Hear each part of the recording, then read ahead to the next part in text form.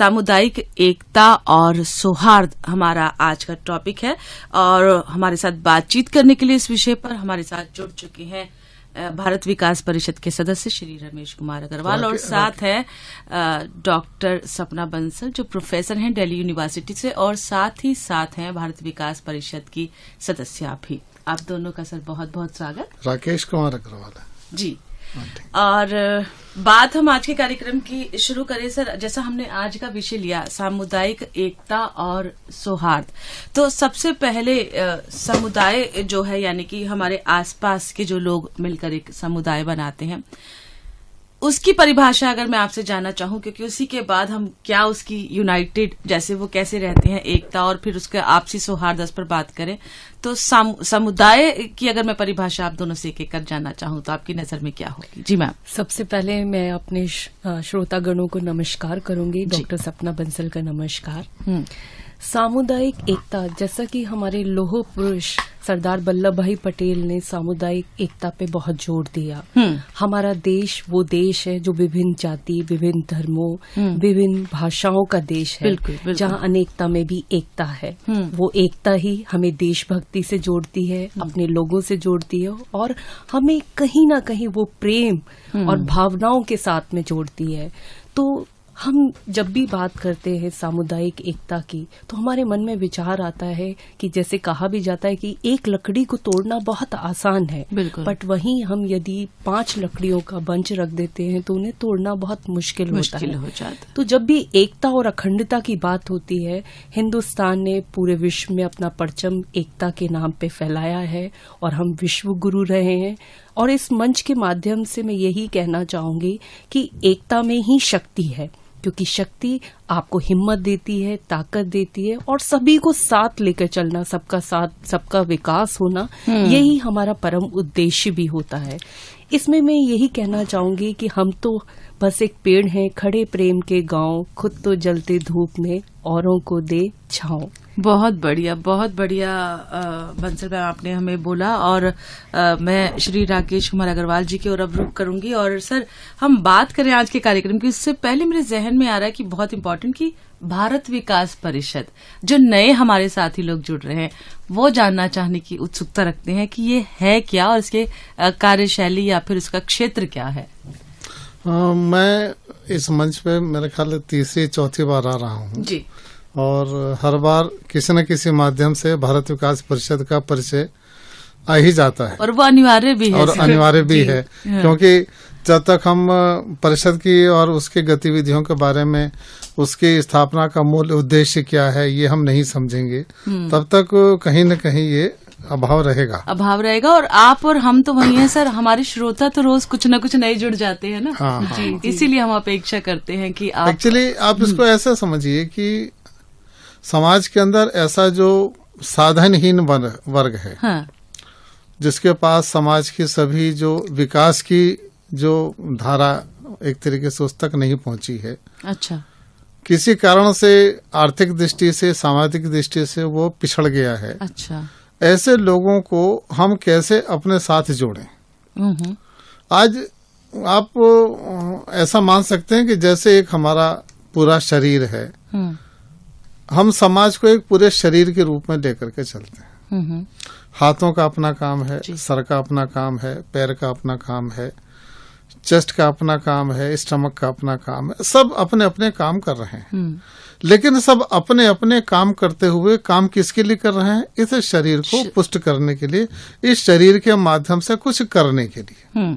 ये जो देश है हमारा, आप इसको तो एक राष्ट्र पुरुष के रूप में स्वीकार करिए और हम सब विभिन्न अवयव, चाहे हम हिंदू हैं, मुसलमान हैं, वैश्य हैं, क्षत्रिय हैं, जो भी हमारी है, हम मान के चलें कि हम इस विराट राष्ट्र पुरुष के अवयव हैं, छोटे छोटे अंग हैं।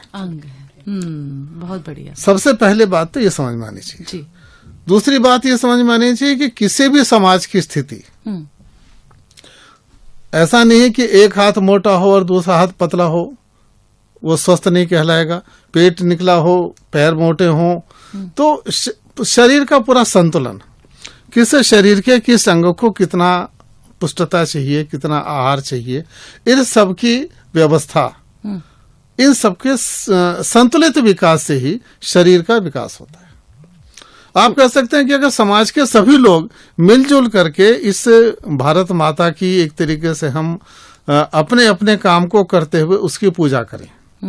एक तरीका तो यह है कि हमने धूप आरती जलाई और ओम जय जगदीश हरे कर लिया, लेकिन दूसरा तरीका यह भी कि हम अपने अपने काम जो हमको बटे हुए हैं, अगर मैं नौकरी कर रहा हूं तो क्या मैं अपनी नौकरी पर अपने पूरी निष्ठा के साथ काम कर रहा हूं? अगर मैं चिकित्सक हूं तो क्या मैं पूरी निष्ठा के साथ में चिकित्सा कर रहा हूं? अगर मैं मजदूर हूं तो क्या मैं पूरी निष्ठा के साथ में अपना काम कर रहा हूं? अगर मैं किसान हूं तो जब हम सब मिल करके पूरी निष्ठा के साथ में ये सोचेंगे कि हमें इस भारत माता की सेवा करनी है अपनी मेहनत से, मजदूरी से, और इन सब से हम जो भी कुछ कर रहे हैं। एक आपने उदाहरण सुना होगा कि एक मंदिर का निर्माण हो रहा था, उसमें मजदूर लगे हुए थे काम करने के लिए। अब किसी राह चलते व्यक्ति ने किसी से पूछा कि भाई तुम क्या कर रहे हो, किसी मजदूर से। तो पहला मजदूर क्या कर रहा हूं, अपने किस्मत में जो लिखा है पत्थर तोड़ने को, पत्थर तोड़ रहा हूं, काम कर रहा हूं, अपना बच्चे पालने हैं, कर रहा हूं काम। उसने दूसरे से पूछा तुम क्या कर रहे हो? दूसरा भी बड़ा खुश था, बोले जी देखो मेहनत मजदूरी कर रहा हूँ, बच्चों का पेट पाल रहा हूँ। पहला वाला थोड़ा ज्यादा फ्रस्ट्रेट था, दूसरा वाला थोड़ा सा संतुष्ट था। अच्छा, क्योंकि मैं मेहनत मजदूरी कर रहा हूँ, शाम तक मुझे इतना रोजगार का पैसा मिल जाता है कि मैं बच्चों को पाल लेता हूँ। तीसरे तो पूछा, वो देखा बड़ा मस्त था, भाई तुम क्या कर रहे हो? भाई भगवान शिव का मंदिर बन रहा है, मैं भी अपनी उसके अंदर जो भी समर्पण हो रहा है वो कर ही रहा हूँ, और साथ साथ मुझे कुछ न कुछ प्राप्ति भी हो जाती है जिससे कि मैं अपने परिवार का भरण पोषण कर रहा हूँ। एक पंथ दो काज हो रहे हैं, काम का काम कर रहा हूँ और अपने प्रभु का मंदिर भी बना रहा हूँ। बिल्कुल काम तीनों कर रहे हैं। दृष्टिकोण का फर्क है, सबके दृष्टिकोण का फर्क है। तो हमारे समाज में जब तक हम सब मिल करके ये नहीं सोचेंगे कि हम सब इस भारत माता के पुत्र हैं, हम सब के अपने अपने काम करते रहने से ही भारत माता सुखी संपन्न होने वाली है। भारत माता सुखी संपन्न होगी तभी हम सुखी संपन्न होंगे। ऐसा नहीं है कि एक समाज का एक हिस्सा बहुत सुखी हो और दूसरा हिस्सा सुखी ना हो या दुखी हो, तो हम भारत माता को बहुत संपन्न नहीं कह सकते। ये भी चला गया। बिल्कुल।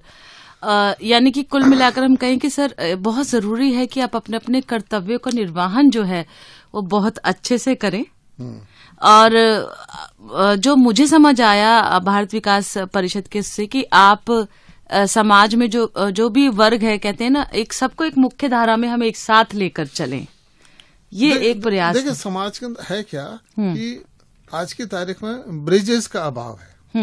हमारे आपस के बीच में एक जो सेतु है वो नहीं है। आप भी कुछ करना चाहती हैं, मैं भी कुछ करना चाहता हूँ, लेकिन हम दोनों के बीच में एक ऐसा ब्रिज हो जो आपके इच्छाओं को और मुझे जोड़ सके। मैं दूसरे शब्दों कहूँ, समाज का ऐसा बहुत सारा संपन्न वर्ग है जिसका वेस्ट और दूसरे समाज की नीड हम मिला सकते हैं, फुलफिल हो जाएंगी चीजें।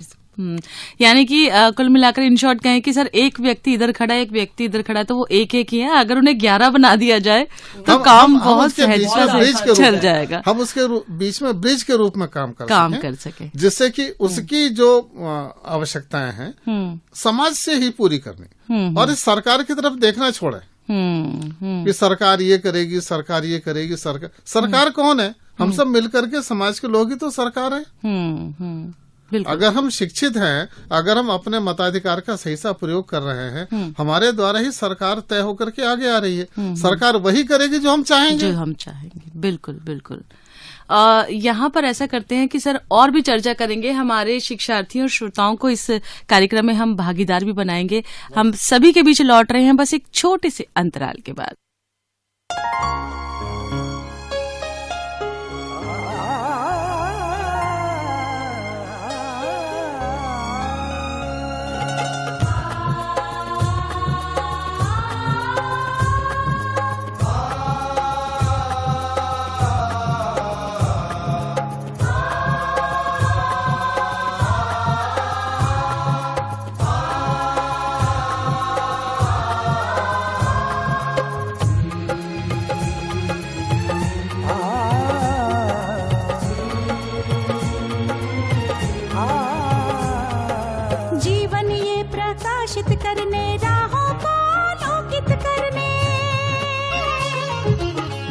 जीवन ये प्रकाशित करने, राहों को आलोकित करने।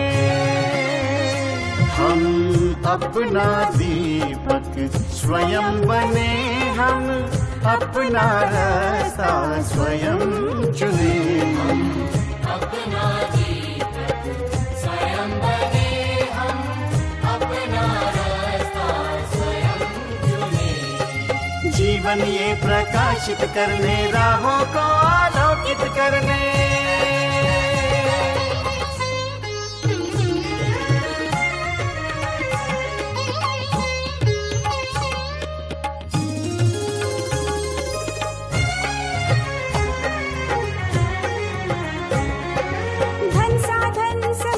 सीमा से विद्यालय जो मुक्त हो, संसाधन समय की सीमा से विद्यालय जो मुक्त हो। कभी पढ़े हम कहीं पढ़े, वे विषय की लोच से युक्त हो। कभी पढ़े हम कहीं पढ़े, वे विषय की लोच से युक्त हो। मित्रों हम उठे और जागे, मंजिल आने की ध्वनि सुने। हम अपना दीपक स्वयं बने, हम अपना रास्ता स्वयं चुने। जीवन ये प्रकाशित करने, राहों को आलोकित करने।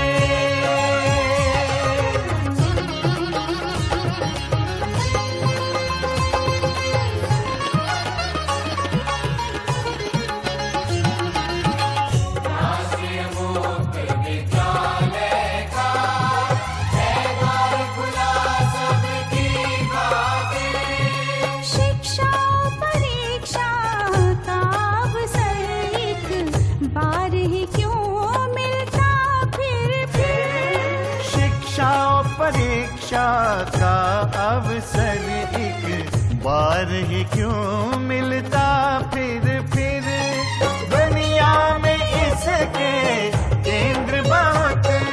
कोई मन चाहा केंद्र चुने, हम अपना दीपक स्वयं बने, हम अपना रास्ता स्वयं चुने। कोई मन चाहा केंद्र चुने,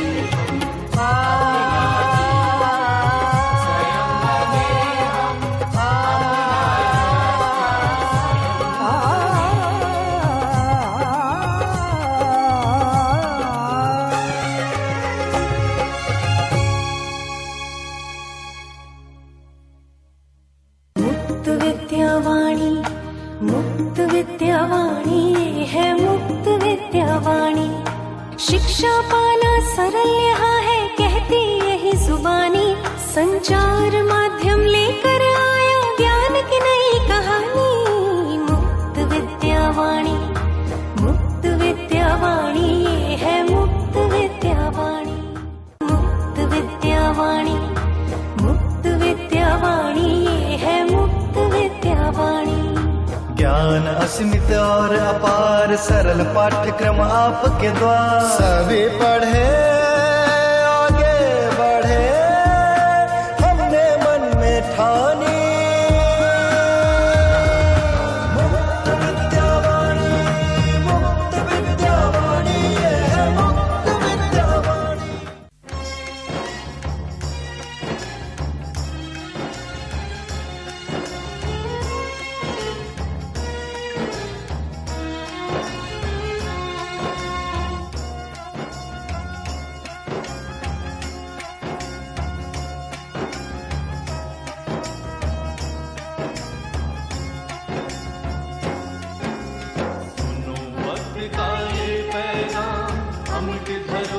शिक्षा ज्ञान, सुनो वक्त का ये पैगाम, अमृत धरोहर शिक्षा ज्ञान।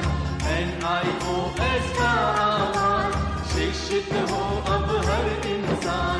NIOS का आह्वान, शिक्षित हो। शिक्षार्थियों श्रोताओं, ब्रेक के बाद एक बार फिर से आप सभी का बहुत बहुत स्वागत। इस समय आप हमें ट्यून इन करके वेब के माध्यम से जहां सुन रहे हैं मुक्त विद्या वाणी पर, तो वहीं रेडियो पर आपने हमसे संपर्क किया हुआ है रेडियो वाहिनी के माध्यम से। जी हाँ, FM 91.2 मेगाहर्ट्ज आप ही का अपना कम्युनिटी रेडियो। और आज बात चल रही है सामुदायिक एकता और सौहार्द से जुड़ी हुई, यानी कि हमारी कम्युनिटी के लिए हमारा विशेषकर एक कार्यक्रम है, जिसमें आज बातचीत करने के लिए हमारे साथ हैं श्री राकेश कुमार अग्रवाल और साथ हैं डॉक्टर सपना बंसल, जो प्रोफेसर हैं दिल्ली यूनिवर्सिटी से, और आप दोनों हैं साथ ही साथ भारत विकास परिषद के सदस्य। आप दोनों का एक बार फिर से बहुत बहुत स्वागत। और शिक्षार्थी श्रोताओं, चूंकि कार्यक्रम आप सभी के लिए, आपकी कम्युनिटी के लिए समर्पित है, चाहेंगे कि यदि कोई भी सवाल जिज्ञासा है आपकी भारत विकास परिषद से जुड़ी हुई, या फिर आप कोई हमें राय या मशवरा भी देना चाहते हैं, तो आप सभी का स्वागत है इस कार्यक्रम में। हमें कॉल कीजिए और हमसे संपर्क कीजिए। 01204626 949 है हमारा फोन नंबर। ब्रेक पर जाने से पहले राकेश सर और सपना मैम, हम बात कर रहे थे सामुदायिक एकता और सौहार्द पर ही। तो मैं देख रही थी आप का जो ब्रोशर है भारत विकास परिषद, तो बहुत अच्छा मुझे लगा कि कोई ऐसा क्षेत्र आपने नहीं छोड़ा समाज का जहां उत्थान और विकास के लिए आपने कार्य ना किया हो, बल्कि देश नहीं कहूंगी, एक जो प्रकृति है वो भी खुश हो जाए, इस तरीके से आपने पर्यावरण के क्षेत्र में भी मैंने देखा बहुत से कार्य किए हुए हैं। और भी जो आपके कार्य हैं उस पर मैं विस्तृत चर्चा करूंगी, लेकिन सामुदायिक सौहार्द विशेषकर आज हम इस पर बात करने के लिए आए हैं। तो मैं सबसे पहले आप दोनों से यही पूछूंगी कि सामुदायिक सौहार्द बढ़ाने की अगर हम बात करें, और आज के सिनेरियो में अगर देखें कि जहां परिवार भी अपना संयुक्त न रहकर न्यूक्लियर परिवार होते चले जा रहे हैं, ऐसे में हम क्या इनिशिएटिव ले सकते हैं कि सामुदायिक सौहार्द बढ़े? तो मैं चाहूंगी कि मैम आप थोड़ा सा इस विषय में भी हमें बताएं।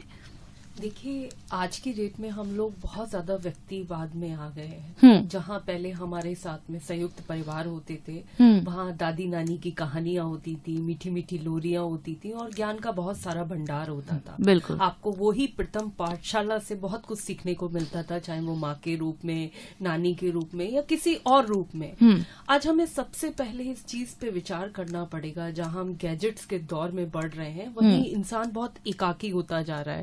अभी आप आंकड़े उठा के देखेंगे तो सुसाइड के, डिप्रेशन के, स्ट्रेस के इसीलिए बढ़ रहे हैं। तो मेरा ये मानना है कि हमें लोगों को एक परिवार से जोड़ना पड़ेगा, और परिवार के साथ में वो भावना जागृत करनी पड़ेगी जहां उन्हें फ्रीडम मिले, उन्हें उनकी सोच का सम्मान मिले, क्योंकि दो व्यक्तियों की सोच कभी एक सी नहीं हो सकती। बिल्कुल बिल्कुल। उस सोच के माध्यम से हम उन्हें एक ऐसे प्लेटफॉर्म पर लेकर आए जहां आपस में वार्तालाप के माध्यम से अपनी हर बात को वो रख सकें, हम सुन सकें और कह सकें।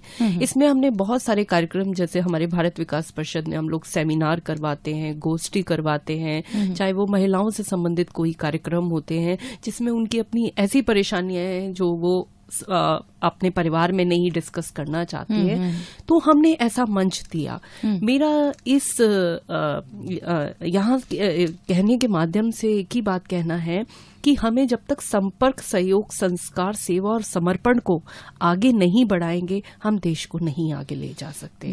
तो हमें इस मुहिम में आगे बढ़ना है। और सबसे महत्वपूर्ण जो विषय आता है कि हमें अभी जोड़ना है, क्योंकि हर व्यक्ति अपने आप में आज की डेट में प्रतिभावान है। हो सकता है कि कोई बहुत अच्छा इंजीनियर, डॉक्टर ना हो, पर अच्छा खाना बना सकता हो सकता है कोई ऐसा काम कर सकता हो जो दूसरे व्यक्ति से अलग हो। तो इन सारे मोतियों को यदि हम एक माला के रूप में पिरोएंगे, तभी हम इस माला को माला कह पाएंगे, अदरवाइज तो वो मोती के रूप में ही रहेगी और बिखरने की संभावना भी रहती है। तो इस माध्यम से हम आगे बढ़ा सकते हैं। और एकता के लिए जब तक राष्ट्रभक्ति और देशभक्ति संस्कारों की वो पहल, हमारे जो वीर शिवाजी हैं, महाराणा प्रताप, या हमारे जो देशभक्त रहे जिन्होंने वास्तव में देश के लिए अपनी जान न्यौछावर करते हुए हमारे देश को एक स्वरूप दिया, तो उनकी भी गाथाएं होनी चाहिए। बिल्कुल बिल्कुल। प्रेरणा देती हैं, प्रेरणा समाज देती में है, हमेशा प्रेरणा जी। देती हैं। और चाहे हमारी कोई भी हो, चाहे वो गीता हो, भागवत हो, बाइबल हो, आपके कोई भी हो, हर धार्मिक पुस्तक आपको जीवन जीने का तरीका सिखाती है। तो उन जीवन की जो रचनाएं हैं उनसे भी बच्चों को हम जोड़ें। अब आज की डेट में मैं देखती हूँ मेरे बच्चे के पास सिलेबस बहुत ज्यादा है, पर जब मुझे लगता है कि नहीं, आज जो हमारी महत्वपूर्ण किताबें हैं जो सिर्फ एक किताब बनकर मंदिर, मस्जिद या गुरुद्वारे में रह गई हैं, उनको हमारे व्यक्तियों के बीच में आना चाहिए, उनको व्यक्तित्व के बीच में आना चाहिए, जिससे कि उनका भी विकास हो, समाज का विकास हो और हर व्यक्ति खुशहाल रह सके। यानी कि अपनी जड़ें जो हैं बेसिकली उसको भूलना नहीं चाहिए। बिल्कुल। अग्रवाल सर, आपकी ओर रुख करूंगी और कहते हैं कि देश से पहले जो सबसे छोटी और सबसे महत्वपूर्ण इकाई होती है वो होती है घर, जहां से शुरुआत होती है परिवार से। वही परिवार आज हम बात कर रहे हैं कि न्यूक्लियर हो रहे हैं। बहुत दुख लगता है कि जब पता चलता है कि पेरेंट्स को ओल्ड एज भेजने की कवायद भी शुरू कर दी गई है, क्योंकि वो कहीं ना कहीं हर्डल हो रहे हैं। इस मन से आप क्या एडवाइस देंगे, कौन इनिशिएटिव ले घर परिवार के क्षेत्र में कि सबसे पहले घर ही ना टूटे? समाज और समुदाय बनाना तो एक बहुत दूर की बात है, पहले घर सिमट जाए वही बहुत बड़ी बात है। इस समय आपने कभी खिचड़ी खाई है? बिल्कुल है? खिचड़ी दाल और चावल, और हम दाल चावल अलग से मिला के भी खाते हैं। लेकिन आपने महसूस किया होगा कि दाल चावल मिला के खाने में और खिचड़ी खाने में एक तीसरा टेस्ट है, जिसमें दाल और चावल दोनों हैं तो सही, लेकिन दोनों अपना अस्तित्व भुला बैठे हैं। आज हमें समाज को ऐसी ही आवश्यकता है जहां पर हमारी व्यक्तिगत ईगो, अहंकार, हम उसको दूसरे की खुशी के लिए सरेंडर करने को तैयार हो। ये जो पर्सनल ईगोज है ना, ये सबसे ज्यादा बाधा उत्पन्न करती है। बिल्कुल। एक परिवार चल ही तभी सकता है जब पति है, पत्नी है, बच्चे हैं, हम हमेशा दूसरे के लिए कुछ करने को तत्पर हैं। अगर मैं सोचता रहूंगा कि इसने ये नहीं किया, इसने ये नहीं किया, मैंने इसे ऐसा कहा था, मैंने इसे ये एक्सपेक्ट किया था, इसको मैं ऐसा सोच रहा था, मैंने ये भी सोचना चाहिए कि भाई इसकी एक्सपेक्टेशन पे मैं कहाँ तक खरा उतरा हूँ। यानी कि खुद को जज करना भी। अब स्थिति ऐसी, मैं वही इसलिए कहा ना, मैंने दाल और चावल का इसलिए उदाहरण दिया।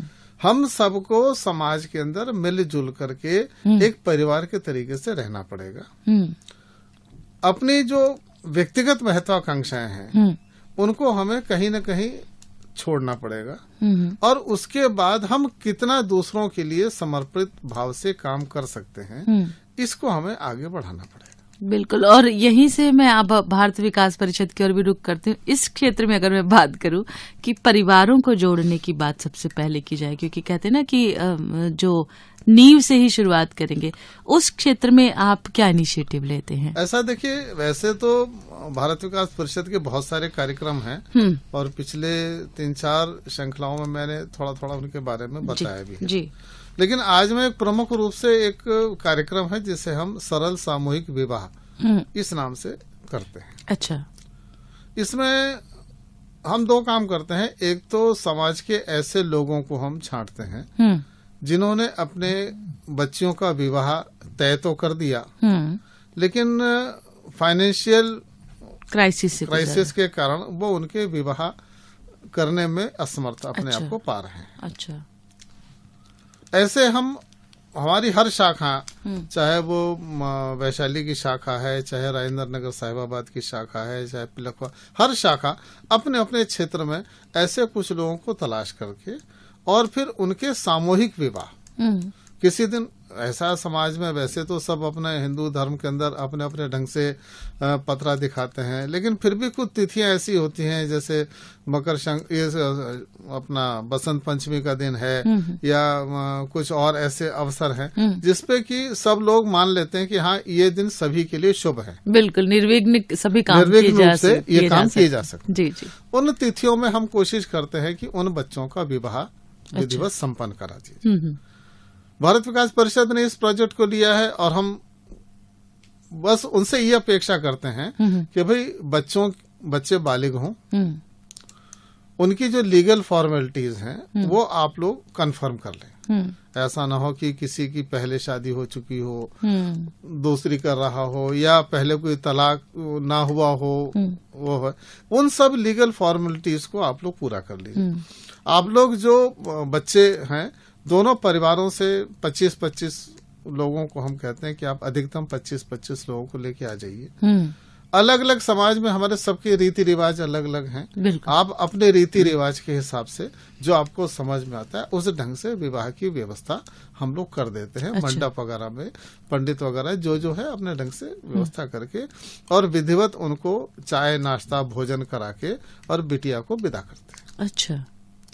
और विदा ही नहीं करते हैं, इसके बाद वर्ष भर के जो उनके तीज त्योहार हैं उनकी भी भारत विकास परिषद की ओर से जिम्मेवारी ली जाती है। होली, दिवाली, दशहरा, इस तरीके के जितने भी मांगलिक अवसर हैं उन अवसरों पर भारत विकास परिषद की ओर से उन परिवारों को जो भी विधिवत, जैसे मैं अपनी बेटी के लिए कुछ भेजता हूँ, ऐसे हम लोग अपने बेटियों के लिए भेजते हैं। एक कुटुंब की बेटी मान लिया जाता है। उससे दो फायदे होते हैं।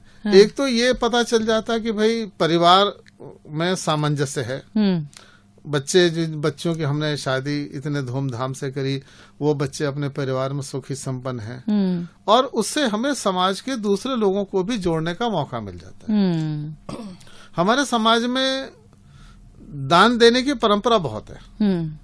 ये हमारे समाज की श्रेष्ठता कह लीजिए। हम सब लोग चाहते हैं कि भाई किसी की कन्या का विवाह हो रहा है तो जो भी हमसे भी बन पड़ता है हम अपनी सामर्थ्य से जो जिसके पास है वो देने की कोशिश करते हैं। बिल्कुल बिल्कुल। तो इससे दो काम होते हैं। एक तो समाज को ये लगता है कि भाई ये बेटी हमारी अपनी बेटी है। जैसे कहते हैं ना, बेटी सांझी होती है। ठीक है ना। बिल्कुल। तो वो जो सामूहिकता का भाव है, ये मेरी बेटी है और मुझे इस बेटी को विधिवत सही ढंग से और परिवार में गृहस्थ में प्रवेश कराना है।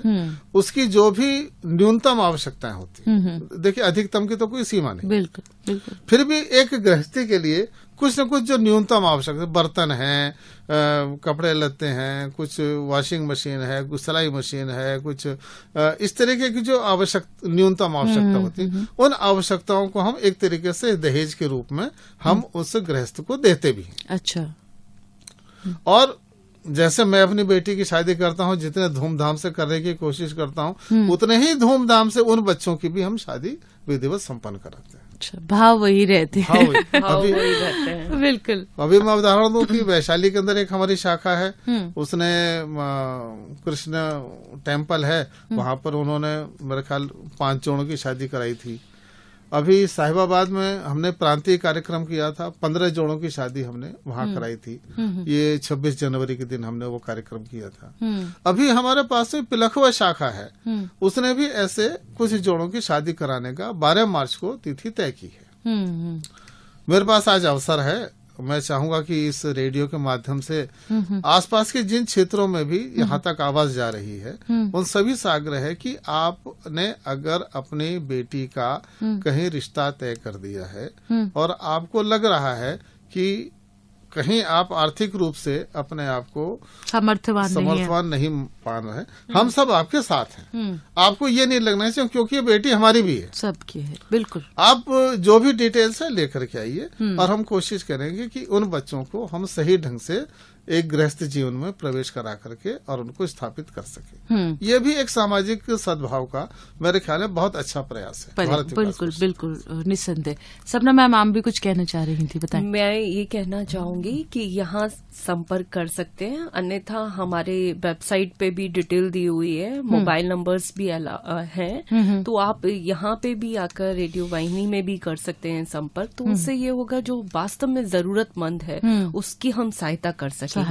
वैसे तो राकेश जी ने बहुत अच्छे से एक्सप्लेन किया हुआ है, बट मैं इसमें एक चीज और कहना चाहूंगी कि भारत विकास परिषद का जो मोटो है वो बहुत ज्यादा बड़ा है। अच्छा। हमने अभी जो जितनी भी हमारी बहनें जिनकी हम शादियां करते हैं, शादी करने के बाद में हम उन्हें सिलाई मशीन देते हैं ताकि वो अपने पैरों पे खड़ी हो सके। कुछ छोटे छोटे हमने उनके लघु उद्योग में भी सहायता की है, जिससे कि वो आगे की जीविका को भी बना सके। और हम ये उनसे वचन लेते हैं कि आप भी कहीं ना कहीं किसी जरूरतमंद की सहायता करेंगे, जिससे कि वो पूरा का पूरा श्रृंखला आगे चलता रहे। हमारे वैसे महिला व बाल विकास में हमने बेटी बचाओ बेटी पढ़ाओ पे हमारे कार्यक्रम होते हैं। कन्या भ्रूण हत्या पे भारत विकास परिषद ने बहुत कार्यक्रम किए, जागरूकता अभियान किए, कई सारी रैलियां भी निकाली, जिसके माध्यम से आज बेटियों को वो सम्मान मिल रहा है और देश में जागरूकता भी आई है। इसमें हमने बहुत सारी ऐसे कार्य भी किए, जिसमें सेमिनार है या हमने सैनिटरी नैपकिन डिस्ट्रीब्यूशन है, उनके हमने कई सारे लेआउट वगैरह भी लगाए, जिससे कि हमारी जो बच्चियां हैं उनको भी सहायता मिले। अच्छा, यहाँ एक बात पूछना चाहूंगी कि जो नए हमारे आज श्रोता हमें सुन रहे होंगे, भारत विकास परिषद का नाम तो वो लगातार सुन रहे होंगे, लेकिन उनके मन में भी जिज्ञासा होगी कि बेसिकली हम कह रहे हैं कि एक परिवार है, ये है क्या? ये एक एनजीओ है या फिर एक संस्था है? इसका एक कहते हैं ना एक स्ट्रक्चर क्या है? जो नए हैं विशेषकर उनके लिए भी मैं चाहूंगी कि आप दोनों से मैं थोड़ा सा और जानूं। हालांकि हम लगातार ये सीरीज कर रहे हैं, लेकिन नए लोगों का भी हम लगातार स्वागत करते हैं। जी, सबसे पहले तो मैं सभी का स्वागत करूंगी जो भी नए श्रोता हमें सुन रहे हैं, क्योंकि इस मंच के माध्यम से हम उन तक अपनी बात पहुंचा पा रहे हैं, ये हमारे लिए सौभाग्य की बात है। सबसे पहली बात यह, भारत विकास परिषद एक परिवार है। जैसे ही शब्द परिवार आता है उसमें भेद नहीं रहता, छोटे बड़े का आपस में कोई मतभेद नहीं होता। हाँ, कहीं कोई चीज होती भी है तो उसे बैठकर आपस में सुलझाया जा सकता है। लेकिन हमारा उद्देश्य यही है कि समाज का विकास करना है। जब समाज का विकास करेंगे, उसी समाज में हमारा बच्चा रहता है, उसी वातावरण में रहता है। जब वो देखता है कि हम किसी भूखे को रोटी दे रहे हैं, हम किसी जरूरतमंद की सहायता कर रहे हैं, तो मेरे बच्चे के अंदर भी वो भाव आता है। मैं आपसे डिस्कस करना चाहूंगी इस मंच के माध्यम से। अभी थोड़े दिन पहले मैं मेरी बेटी के साथ जा रही थी, तो उसके पास में 2 एप्पल रखे हुए थे। तो मुझे कहती है, मम्मी गाड़ी रोको। मैंने उसको बोला क्या हुआ? बोले मम्मी रुको रुको, एक छोटा बच्चा है, मेरे पास 2 है ना, एक मैं उसको देकर आती हूँ। और जब वो नीचे उतरकर उसने वो उसको सेब दिया और उस बच्चे ने जब वो खा रही थी, तो दोनों की आंखों में मुझे एक चीज नजर आई कि हम जो देते हैं वो ही हमें वापस मिलता है। बिल्कुल बिल्कुल। और उसी विचार के साथ में मैं ये कहना चाहूंगी कि संस्था तो निश्चित रूप से, क्योंकि आपका एक प्रोसीजर होता है, एक प्रणाली होती है, तो संस्था है ये भारत विकास परिषद, लेकिन उससे भी ऊपर परिवार है। यदि परिवार की भावना के साथ में आप हमारे साथ आएंगे, जुड़ेंगे, तो इस परिवार में आपका स्वागत है। और कहते हैं जैसे मिल बांट के सब लोग जैसा होता है वो आपस में लेते हैं, उसे बांटते हैं, चाहे वो खाना हो, सांस्कृतिक कार्यक्रम हो, चाहे हमारे सेवा के कार्य हो, चाहे संस्कारों की प्रणाली हो, तो उसमें आप भी भागीदार बने। क्योंकि जो भी लोग कार्य करना चाहते हैं, मैं बहुत लोगों से मिली हूँ, उनके मन में बहुत सारी भावनाएं होती हैं कि कोई ऐसा मंच मिले जिसमें कोई राजनीति नहीं हो। तो ये बिना राजनीति का, यहाँ कोई पार्टी नहीं है, कोई व्यक्ति विशेष नहीं है, यहाँ कर्म प्रधान है। यदि आपने कर्म किया है, आपके अंदर भावना है कर्म करने की, तो आपको आगे बढ़ावा दिया जाएगा और आप उसके साथ साथ अच्छे कार्य कर सकते हैं। और मैं यहाँ ये कहना चाहूंगी कि एक बार दरिया ने पूछा समंदर से, दरिया ने झरने से पूछा क्या समंदर नहीं बनना? झरने ने बड़ी नम्रता से कहा, बड़ा बनकर खारा हो जाने से अच्छा है कि मैं छोटा रहकर ही मीठा बना रहा हूँ। बिल्कुल बिल्कुल। कहते हैं ना कि मानवता एक बहुत बड़ा धर्म, सबसे ऊपर जो कहा जाता है। आप किसी भी धर्म और जाति का मूल अगर आप देखेंगे तो मानवता ही है। यहाँ पर मैं राकेश सर आपकी ओर रुख करूंगी। मैम ने बोला कि एक बहुत ही खूबसूरत सा परिवार है, तो मेरी भी जिज्ञासा ये है कि इस परिवार को लेकर एक जो कहते हैं ना इतना खूबसूरत सा कॉन्सेप्ट कब किसके मन में आया, कौन लोग हैं जो इसके साथ जुड़े हुए हैं, किस तरीके से थोड़ा सा और काम हो रहा है, तो वो भी मैं आपसे जानना चाहूँ। मैं इसको थोड़ी सी पृष्ठभूमि बताऊं। बेसिकली 1962 का जो युद्ध हुआ था, उस चाइना ने हमारे ऊपर एक तरीके से आक्रमण किया था जी, और भारत के बड़े भूभाग को हमने खोया भी था। उस समय पूरे देश में एक बड़ी निराशा का वातावरण था। हमें लग रहा था कि अभी तो हमें आजाद हुए 10-15 साल भी नहीं हुए हैं, और पहले पाकिस्तान ने आधा हिस्सा कब्जा लिया, अब चीन ने आधा हिस्सा कब्जा लिया, तो हम तो ऐसा लगता है कि अगले 10-20 साल में चारों तरफ से दुश्मन हमें खा जाएंगे और हमें कुछ बचेगा नहीं। और उस निराशा के वातावरण के अंदर समाज के कुछ लोग ऐसे भी थे जो इस चीज को महसूस कर रहे थे कि जहां पर सेनाएं हमारी सीमा पर युद्ध कर रही हैं, बहुत सारे सैनिक जो हैं वो अपनी बलिदान भी दे रहे हैं, वहां पर कुछ ऐसे भी लोग हैं जो कि दोनों हाथों से समेटने पे लग रहे हैं। उनको न देश से कोई मतलब है, न समाज से कोई मतलब है। जो भ्रष्टाचारी हैं वो चीजों के दाम बढ़ा रहे हैं, होर्डिंग कर रहे हैं। जो ब्यूरोक्रेट्स हैं वो अपनी सुख सुविधा में लिप्त हैं। तो फिर इस देश को कौन आगे बढ़ाएगा? और ये जब निराशा का माहौल चारों तरफ था, तो ऐसे में हम सौभाग्य कह सकते हैं कि स्वामी विवेकानंद जी का 100वां जन्म दिवस आया 1963 में। कुछ लोगों को लगा कि स्वामी विवेकानंद जी से बढ़िया और हमारे पास कोई माध्यम नहीं हो सकता। स्वामी विवेकानंद जी ने कहा था कि मुझे तरुण चाहिए, ऐसे युवा चाहिए जो समुद्र की अनंत गहराइयों में भी जाकर के अपने लक्ष्य को भेद सकें। बिल्कुल।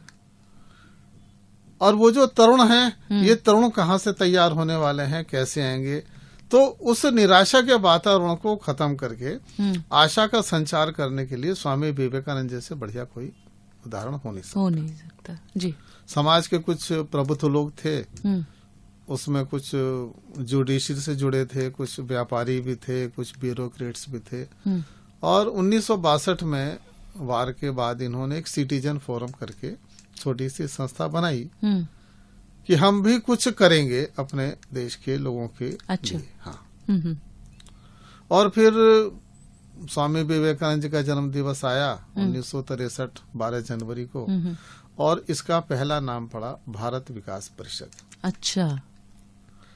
आज हम लोग 55 साल की यात्रा पूरी करके 56-57 साल में प्रवेश कर चुके हैं। देश भर में और देश के बाहर भी लगभग 1400 से अधिक शाखाएं हमारी हैं। एक हमारा केंद्रीय कार्यालय प्रीतमपुरा में है, जहां पर हमारे जो जितना भी ऑफिशियल काम होता है वो वहां से कंट्रोल करते हैं। अच्छा। भारत के हर कोने से रह सकते हैं। आप कह सकते हैं कि पंजाब के अंदर भी लगभग काफी बड़ी संख्या में छोटे छोटे शहरों के अंदर जो वहाँ के साधन संपन्न लोग हैं, उन्होंने आपस में मिल बैठ करके समाज के दूसरे भाग के लिए क्या किया जा सकता है, इसके लिए चिंतन करना और उनकी व्यवस्था करना। अब है क्या कि देखिए, आसाम की समस्या अलग है, बंगाल की समस्याएं अलग हैं, बिल्कुल, बिहार की समस्याएं अलग हैं, पंजाब की समस्याएं अलग हैं। जहाँ पर समस्याएं हैं वहाँ पर ही समाधान है।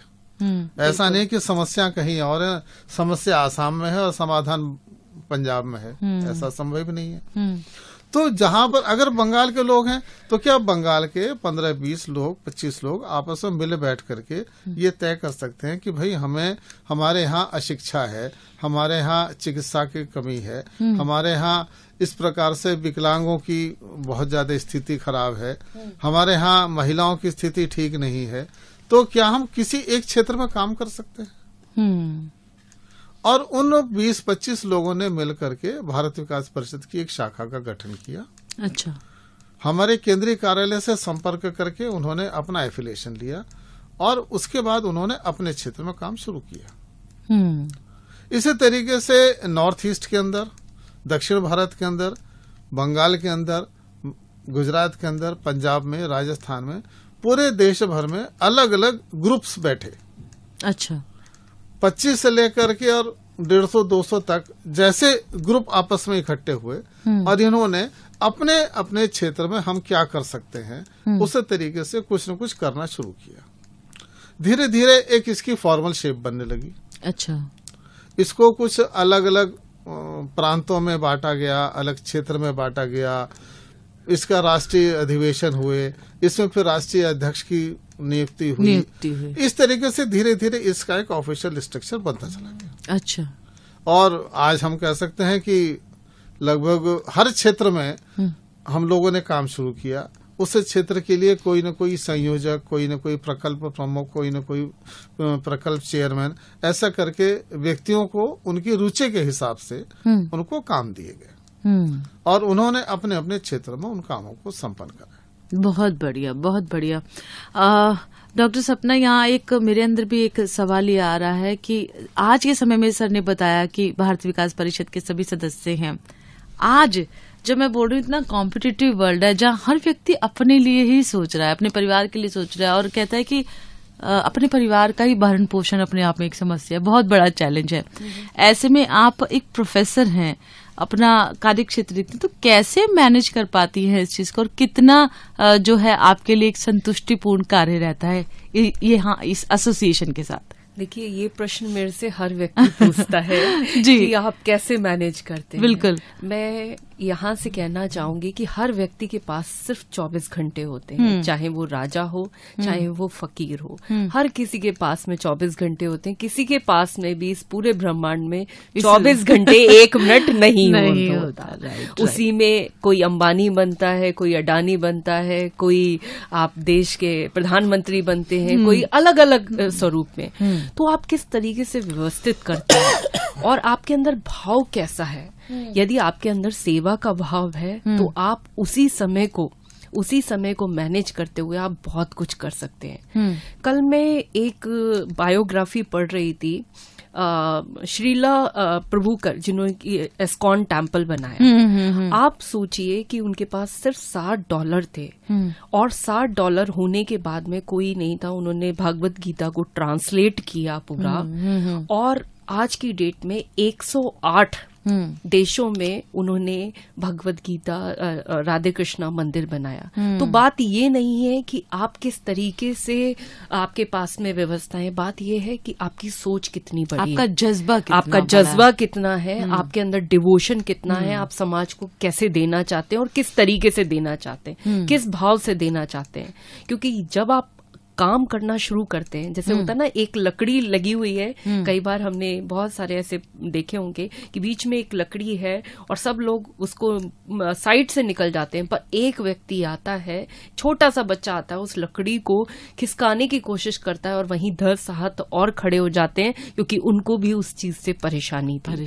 तो सिर्फ एक चेतना की जरूरत है, लोगों को संगठित करने की जरूरत है और अपने आप होते हैं। हम जब कार्य करने के लिए जाते हैं, विश्वास मानिए, क्योंकि हम किसी से 1 रुपए का फंड नहीं लेते। हम जब कोई भी कार्य करते हैं, जैसे हम अभी भी 17-18 बच्चों की फीस हमारे वैशाली निवेदिता के द्वारा हम बच्चों को पढ़ा रहे हैं, तो हम जब शुरुआत करते हैं कि आपका तन मन धन से सहयोग चाहिए, तो आप विश्वास नहीं मानेंगे कि हर व्यक्ति अपने से अच्छा ठीक है, एक बच्चा पढ़ेगा तो एक राष्ट्र का निर्माण होगा, तो वो अपना कंट्रीब्यूशन देते हैं। तो मुझे लगा कि भारत विकास परिषद वो एक ऐसा मंच है जहां से आप अपनी बात को लोगों के दिलों तक पहुंचा सकते हैं। क्योंकि जब आप दलगत राजनीति से ऊपर उठ जाते हैं तो राष्ट्रवाद आपके अंदर एक परचम फैलाने लगता है और वो जो मातृभूमि का जज्बा है, चाहे अभी हमने वीर नारियों के लिए जो हमारे कारगिल में और पुलवामा में शहीद हुए थे उनके लिए हमने कार्यक्रम किया था। कार्यक्रम का अद्भुत मतलब वातावरण था और वहां देखकर हर व्यक्ति कहता है कि हम देश के लिए कुछ करना चाहते हैं। तो वो जब भी आपके अंदर ये जज्बा होगा, आपके लिए समय कोई महत्वपूर्ण नहीं होगा और पैसा भी नहीं, क्योंकि आपके पास नहीं भी है, तब भी परमात्मा इतने हाथ खड़ा कर देता है कि वो सारे सब लोग अपनी अपनी किस्मत का कर लेते हैं। एक चिंगारी कहते हैं ना, उसकी शुरुआत करने की जरूरत होती है। राकेश सर, आप से मैं रुक करूंगी क्योंकि आपने बहुत अच्छे से एग्जाम्पल खासकर सोसाइटी के लिए दिए। आज के समय में हम यूथ की बात करें या फिर आज की जनरेशन की बात करें, एक तो हर व्यक्ति को जो यूथ है खासकर पढ़ लिख कर लगता है कि एक तो मैं विदेश की तरफ रुख कर लूं, और दूसरा मैं देखती हूँ कि धीरे धीरे करके जो एकल परिवार भी हैं, एक यूरोपियन कल्चर जो मैं देखती हूँ विशेषकर हमारे यहाँ, वो अडॉप्ट लोग करने लग गए हैं। उस विषय में मैं कई बार देखती हूँ कि भारतीय अपने ही कई दोस्तों में कहती हूँ कि कई जो बड़ी खूबसूरत सी चीजें हैं, हालांकि गुंजाइश रहती है हमारे भी कल्चर में, लेकिन क्या कि बड़ा स्टिफ है इंडियन कल्चर। या अभी आपने सुना होगा बॉम्बे के अंदर हाँ, एक किसी फ्लैट में एक वृद्ध महिला थी, उसकी डेथ हो गई थी कई महीने पहले। हाँ, उसका बेटा यूएसए में था। वो खुद कह रहा था कि मैंने अपनी माँ से 1.5 साल से बात नहीं करी। मेरी माँ मुझसे कह रही थी कि बेटे तू आ जा। मैं कह रहा था कि माँ जैसे ही मुझे छुट्टी मिलेगी, थोड़ा सा और व्यस्तता है, मैं आ जाऊंगा। उनके 2 फ्लैट थे, लगभग 13 करोड़ से ऊपर की उनके पास संपत्ति थी।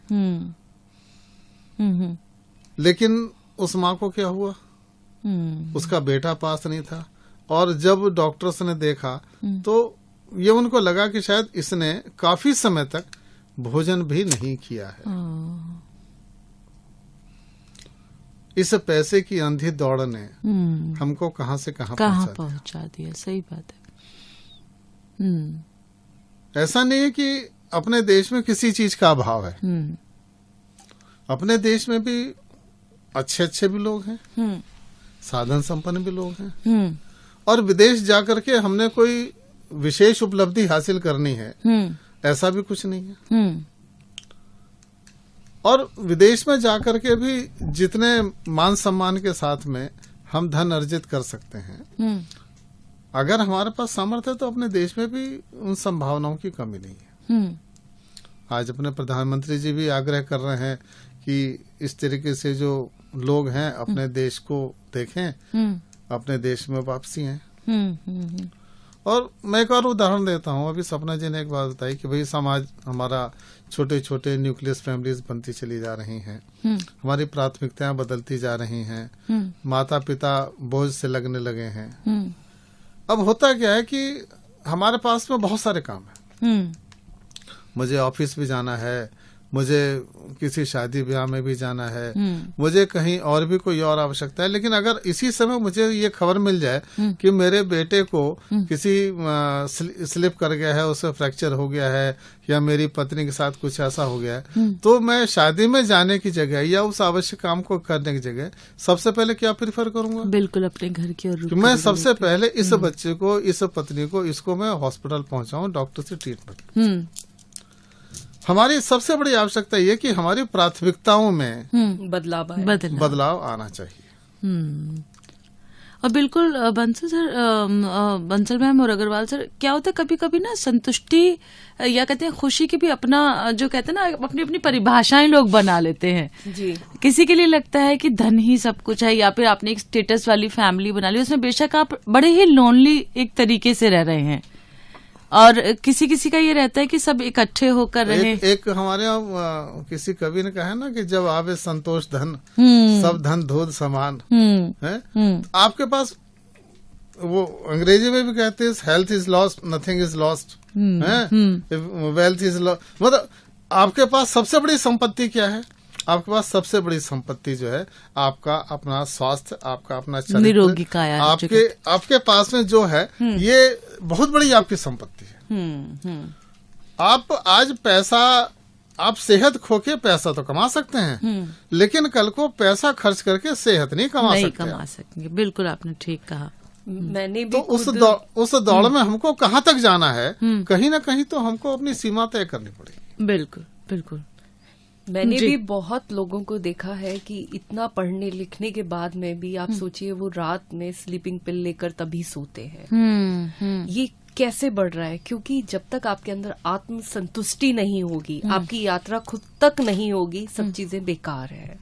मेरे पिताजी जब मैंने शुरू किया था तो उन्होंने मुझसे एक बात कही थी कि बेटा अब तुम जा रहे हो, तुम्हें बाहर निकलना है, तो दिन के उजाले में कभी कोई ऐसा काम मत करना कि रात के अंधेरों में मुंह छुपाना पड़े, और कहीं रात के अंधेरों में ऐसा काम मत करना कि दिन के उजालों में तुम निगाहें ना मिला पाओ। तो हमारे जो वैल्यू सिस्टम है उसमें काफी डिटोरेशन आया है, जिसकी वजह से जो संतुष्टि की परिभाषा है वो बदली है। उन संतुष्टि की परिभाषाओं ने बदलकर हमारे आत्मिक सुख को हमसे छीन लिया। हमें याद है जब हम बच्चे थे, खेलते थे, कुछ परवाह नहीं होती थी। आज की डेट में घर में 4 मेंबर है, चारों के पास मोबाइल फोन है, वो आपस में वो प्यार कहीं खो गया। हर रिश्ते में चीजें हो गई। आज बच्चा कहीं घूमने जाता है तो वो पहाड़ों को, नदियों को नहीं देखता, वो सेल्फी लेने में बिजी हो। तो ये कहाँ हमारा देश जा रहा है, हमारा समाज कहाँ जा रहा है? हमें इस चीज पे चिंतन चिंतन और विचार करने की जरूरत है। और इस तरीके से हमें इस समाज को एक नई सोच देनी पड़ेगी।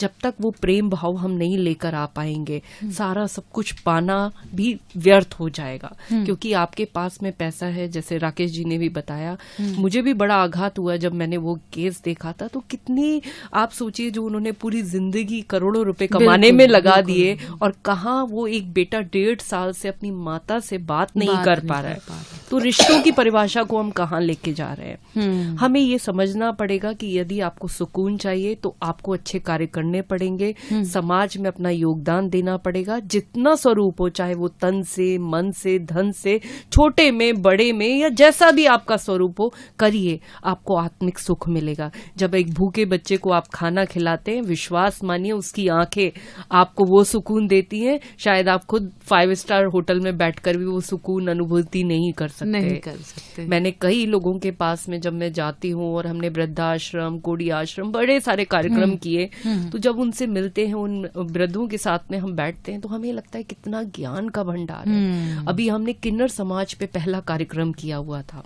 अभी थोड़े टाइम पहले। किन्नर समाज जो हमारे समाज से बिल्कुल हटा हुआ है, और जब उनको लगा कि मुख्य धारा में जोड़ना है, तो उनके जो विचार या उनकी सोच, उनमें भी कितना पोटेंशियल है, वो समाज को कितना अच्छा दे सकते हैं। तो जब हम इन सब चीजों को लेकर साथ में चलेंगे, तभी विकास होगा। जैसा राकेश जी ने भी कहा कि सिर्फ एक हाथ अच्छा हो जाए उससे काम नहीं चलेगा, शरीर तो पूरा ही चाहिए, आपको आंखें भी चाहिए, स्वस्थ चाहिए, आंखें भी चाहिए, कान भी चाहिए, दृष्टिकोण भी चाहिए, व्यवहार भी चाहिए, और सबसे महत्वपूर्ण ये है कि आपके अंदर कुछ करने की तमन्ना होनी चाहिए। कुछ नहीं है सिखा देंगे, कुछ नहीं है सिखा देंगे, लेकिन सिर्फ चलने की आपके अंदर हिम्मत होनी चाहिए। रास्ते अपने आप बन जाते हैं, बिल्कुल, और उन रास्तों पे आप चलकर कहीं ना कहीं मंजिल तक पहुंचते हैं। मैं राकेश जी को देखती हूँ, मैं तो थोड़ा सा समय फिर भी कम दे पाती हूँ, पर पूर्ण तरीके से आप देखिए, जब आपकी मैडम सारे जितने भी बच्चे हैं, शाम को गरीब बच्चे आते हैं, शाम को उनको पढ़ाना,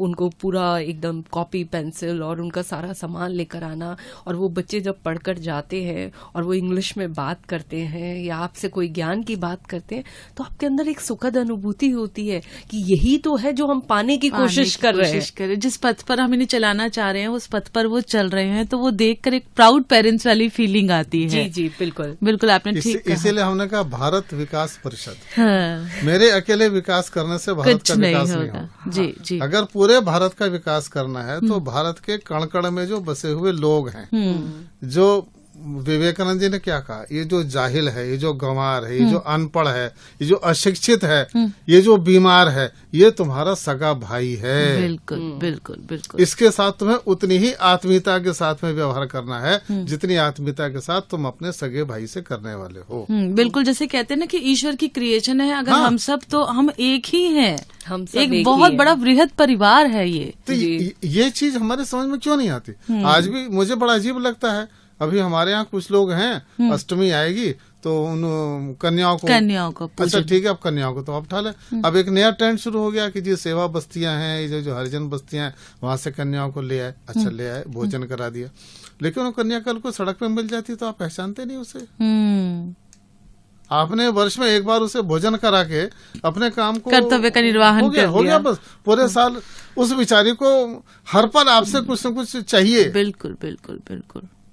तो और यहाँ एक बहुत अच्छी बात है आपका जो प्रयास है, सराहनीय, अच्छा मुझे लगा कि देखिए, दान देकर आप किनारा नहीं कर सकते, हाथ पकड़कर जो आपने बोला बहुत जरूरी है। दान देने की बात नहीं है जब तक आप व्यक्ति को समर्थवान नहीं बनाएंगे। ऐसे तो सारी जिंदगी आपने उसे पैसा देकर अपाहिज कर दिया। बिल्कुल बिल्कुल, हमें अपाहिज समाज नहीं चाहिए, हमें समाज समर्थवान चाहिए, जागरूक समाज चाहिए, अपने पैरों पर खड़ा हो, अपने भुजाओं पर यकीन कर सके, अपने शरीर के ऊपर, अपने मस्तिष्क पर यकीन कर सके और अपना लक्ष्य खुद तय कर सके।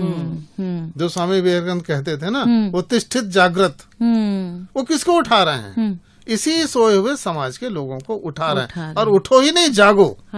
ये सबसे महत्वपूर्ण बात है। समय बहुत ज्यादा नहीं है, आप दोनों से चलते चलते एक और अहम बात जो हम आज करना चाहते हैं, परिवार की तो हमने बात की कि एकजुटता होना बहुत जरूरी है, खुशी या फिर संस्कार के मायने होना।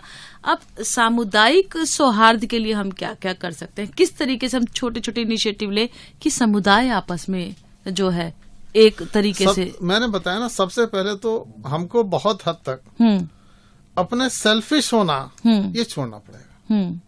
मेरा इंटरेस्ट इसमें है, अरे भाई मेरा तो इंटरेस्ट है, लेकिन सामने वाला का भी तो है। मेरी उंगली बची रहे और सामने वाला का सर कट जाए, ये तो नहीं हो सकता। नहीं हो सकता। हाँ। कहीं अगर मुझे अपनी उंगली में भी कुछ चुभन महसूस हो रही है, लेकिन अगर सामने वाले का कुछ भला हो सकता है, तो मैं क्यों नहीं उसको सहन करने को तैयार हूँ। और अगर मैं अपनी उंगली की चुभन को सहन करूंगा, तो निश्चित सामने वाला भी उसे चुभन का दर्द जरूर महसूस करेगा और मेरे संकट के समय वो भी अवश्य खड़ा होगा। ये मुझे एहसास होना चाहिए। बिल्कुल। सपना मैम, आप भी कुछ कहना चाहती हैं, और साथ ही साथ ये भी आपसे पूछना चाहूंगी, चलते इतना धैर्य और संयम कहाँ से लाए, कैसे लाए? देखिए, जो कहा जा रहा है, मैं इसमें यही कहना चाहूंगी कि सबसे महत्वपूर्ण जो है, हाँ। वो हमें ये सोचना पड़ेगा कि हमें किस तरीके से आपस में प्यार और भाईचारे की भावना लानी पड़ेगी। और उसको लाने के लिए जो हमारे में जाति प्रथा है, मेरा तो ये मानना है कि यदि हिंदुस्तान में हर किसी के नाम से सरनेम हट जाए, तो विश्वास मानिए धर्मों के नाम पे कभी भी अधर्म नहीं हो। सबसे ज्यादा धर्मों के नाम पे अधर्म होता है। उसके पीछे रीजन यही है कि हम धर्म और जातियों में बटे हुए हैं। तो हमें महत्वपूर्ण ये है कि हमें व्यक्ति विशेष, क्योंकि इंसान सबसे बड़ा है, इंसानियत सबसे बड़ा धर्म है। यदि इंसानियत का धर्म सबसे ऊपर रखेंगे हर व्यक्ति से, हर मजहब से, तो हर व्यक्ति खुशहाल होगा और इस देश की प्रगति को कोई नहीं रोक सकता। इन्हीं शब्दों के साथ में मैं सभी को नमस्कार करना चाहूंगी। बिल्कुल, मैं भी आप दोनों का शुक्रिया करूंगी। और ये एक ऐसा विषय है ना, जो हमने इस मंच से छेड़कर समझ लीजिए कि एक शुरुआत ही की है। मैं इन्होंने एक चीज कही ना, मैं उसमें ऐड कर दूं। हाँ। अगर पैर में चुभन है, हाँ। तो हाथ चैन से बैठ नहीं सकता। बिल्कुल, बिल्कुल। मस्तिष्क आराम से सो नहीं सकता। ये सामाजिक सौहार्द का इससे बढ़िया और क्या हो सकता है। समाज के हर व्यक्ति को आगे बढ़ करके दूसरे की मदद करनी ही पड़ेगी। ऐसा थोड़ी पैर में चुभन है हाथ अपना मस्त रहेगा। बिल्कुल, बिल्कुल। लेकिन इस विषय पर अभी बहुत काम करने की जरूरत है। इस दृष्टिकोण में आपकी जो भारत विकास परिषद के और इनिशिएटिव है, इन्हें मैं अगली चर्चा में जरूर शामिल करूंगी, क्योंकि बहुत से सवाल और बहुत से जन चेतना के जो मुद्दे हैं, वो इस मंच से सिर्फ एक सेशन में समेटना आसान नहीं है। ऐसा है जहाँ प्रश्न है उत्तर भी वही। बिल्कुल, बिल्कुल, आपने ठीक कहा। हम छोटे छोटे वो कहते हैं ना, हाँ। ये तो माना अंधेरा था घना, हाँ। पर दिया जलाना कब था मना। बिल्कुल बात है, दिया जलाना कब दिया जलाना बहुत जरूरी है। और हम भी जन चेतना का दिया इस माध्यम से चलाने की पूरी कोशिश करेंगे और चाहेंगे कि सीरीज में आगे भी जो है महिलाओं के उत्थान से लेकर, जैसा कि आपने कहा, कि संपूर्ण शरीर का स्वस्थ होना बहुत जरूरी है। यही प्रयास करेंगे। फिलहाल आप दोनों का आज हम तहे दिल से शुक्रिया अदा करते हैं इस मंच से। रेडियो वाहिनी का भी बहुत बहुत धन्यवाद जी, शुक्रिया। आपने हमें अपनी बात कहने का मौका दिया। और इसमें जो वही मैंने कहा कि हम दिया तो जलाएं, हाँ। हम दूसरे से क्यों शुरुआत तो करें कि भाई मशाल वही जलाएगा। हम अपनी तरफ से जो कर सकते हैं करें, बाकी तो शिक्षार्थी श्रोताओं, चलिए आज आपका जो हमारा आपके साथ बातचीत का जो विषय रहा, वो था सामुदायिक एकता और सौहार्द।